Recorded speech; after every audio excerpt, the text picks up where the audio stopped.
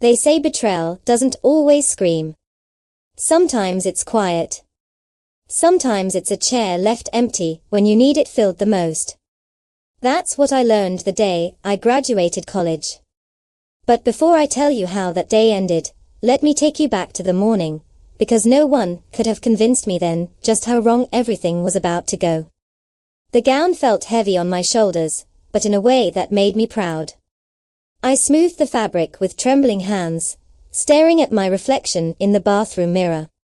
My eyes looked tired, ringed with the shadows of late night studying and early morning shifts, but they also carried something I hadn't seen in years: hope.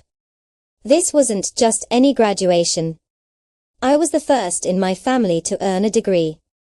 I'd clawed my way through every barrier, working at diners until sunrise, studying in borrowed library books, skipping meals to save money. All those years of loneliness, of sacrifice, of feeling invisible, it was finally going to mean something. I imagined it so clearly. My mom and dad waving from the stands. My aunts whispering proudly about me. My little cousins holding balloons with my name scribbled on them. For once, it was supposed to be my day. I saved an entire row of seats. I texted my mom, "Starts at 10. Don't be late." She sent a thumbs up emoji. That was enough to keep me smiling as I lined up with the other graduates, heart pounding with excitement. The music swelled. The announcer's voice boomed through the auditorium. Families cheered, screamed, and clapped until the walls shook. And I searched the crowd. Row by row. Seat by seat. But there was no one. At first, I thought maybe traffic delayed them. Maybe they'd walk in late, rushing and apologetic. I kept glancing at the doors, expecting to see them hurrying inside. Then my phone buzzed. I slipped it from my pocket, hoping it was a "we're here." But it wasn't. It was a photo. My entire family stood together, smiling in front of a cake with blue icing and balloons floating above. "It's a boy," spelled in silver letters. "My cousin's baby shower." The caption beneath the photo cut straight through me. Celebrating the real future of the family. The real future. Not me. Not what I'd spent years breaking myself to accomplish. My chest tightened. My throat burned. The cheers of the crowd blurred into a distant roar as my name echoed over the speakers. Natalie Carter. My legs felt like stone as I forced myself to walk across the stage. The cameras flashed. The dean shook my hand. I held the diploma. But there was no one there to see it. I walked that stage alone.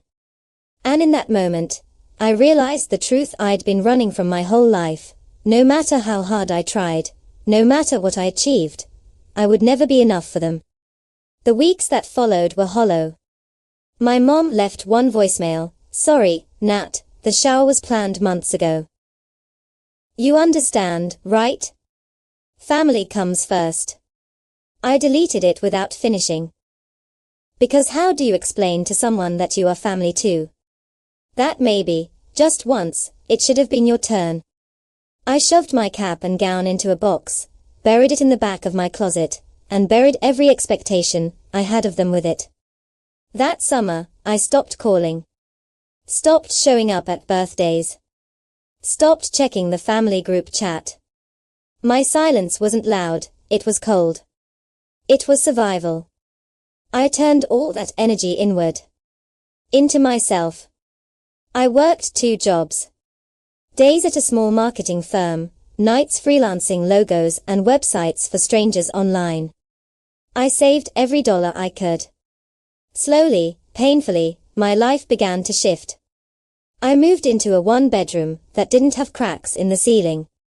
I bought furniture that didn't wobble. I filled my fridge with food that wasn't instant noodles. And in the mirror, I began to see someone new staring back at me. Not the invisible girl begging for scraps of attention, but a woman quietly building something no one could take from her. 2 years passed before the phone rang again. The screen lit up, "Mom." I stared at it for a long time before answering. Nat? Her voice was sugary sweet. It's been forever. How are you, honey? I'm fine. That's wonderful. A pause, then a sigh. Listen, sweetheart, we need your help. There it was. Not we miss you. Not we're sorry. Just we need you. Your cousin's business, it's struggling. Sales are bad. The branding's a mess. We told him you're so talented in marketing. You could save it. For family. For family. The same words they used to excuse missing the one day that mattered to me most. I clenched my jaw. I'm working for a firm now. My time isn't free. Her voice hardened. Nat, don't be selfish. This is family. You should want to help. Selfish. I thought of that photo, my entire family celebrating while I sat in a gown, searching for faces that never came. My voice came out steady, sharper than I expected. I can't help you. There was a pause. Then her voice snapped like a whip. Natalie, don't regret this. One day, you'll need us. I hung up. But here's the truth. I didn't need them anymore. They needed me. Weeks later, fate handed me the perfect twist. Our firm signed a new client, a major sportswear brand. The direct competitor to my cousin's failing company. And they put me in charge of the campaign. Every sleepless night I'd endured, every moment of being overlooked, every ounce of pain, they all poured into the work. I designed logos that demanded attention. Ads that turned heads. A campaign that shouted louder than my family ever allowed me to. The launch exploded. Sales skyrocketed. Articles praised the brand's bold new image. And in every byline, my name glowed. The climax came at the launch party. Music thumped, champagne glasses clinked, and my co-workers, my chosen family, surrounded me with cheers. I stood in a black blazer, my degree in one hand, the company's new logo glowing behind me. I took a photo. And I wrote the words I had carried inside me for years. I walked that stage alone. And built this life alone. The post went viral. Friends, classmates, even strangers congratulated me. And my family. They stayed silent. But silence doesn't hide shame. Because a week later, my mom's voicemail cracked under desperation. Natalie, people are talking. Your cousin's business is collapsing. Everyone's asking why we didn't support you. Please, help us fix this. 4 years, their silence broke me. But now, their silence was the prison. And I was holding the key. That should have been the end. But it isn't. Because last night, my phone buzzed with a message. Not from my mom. Not from my cousin. From my father. 5 words.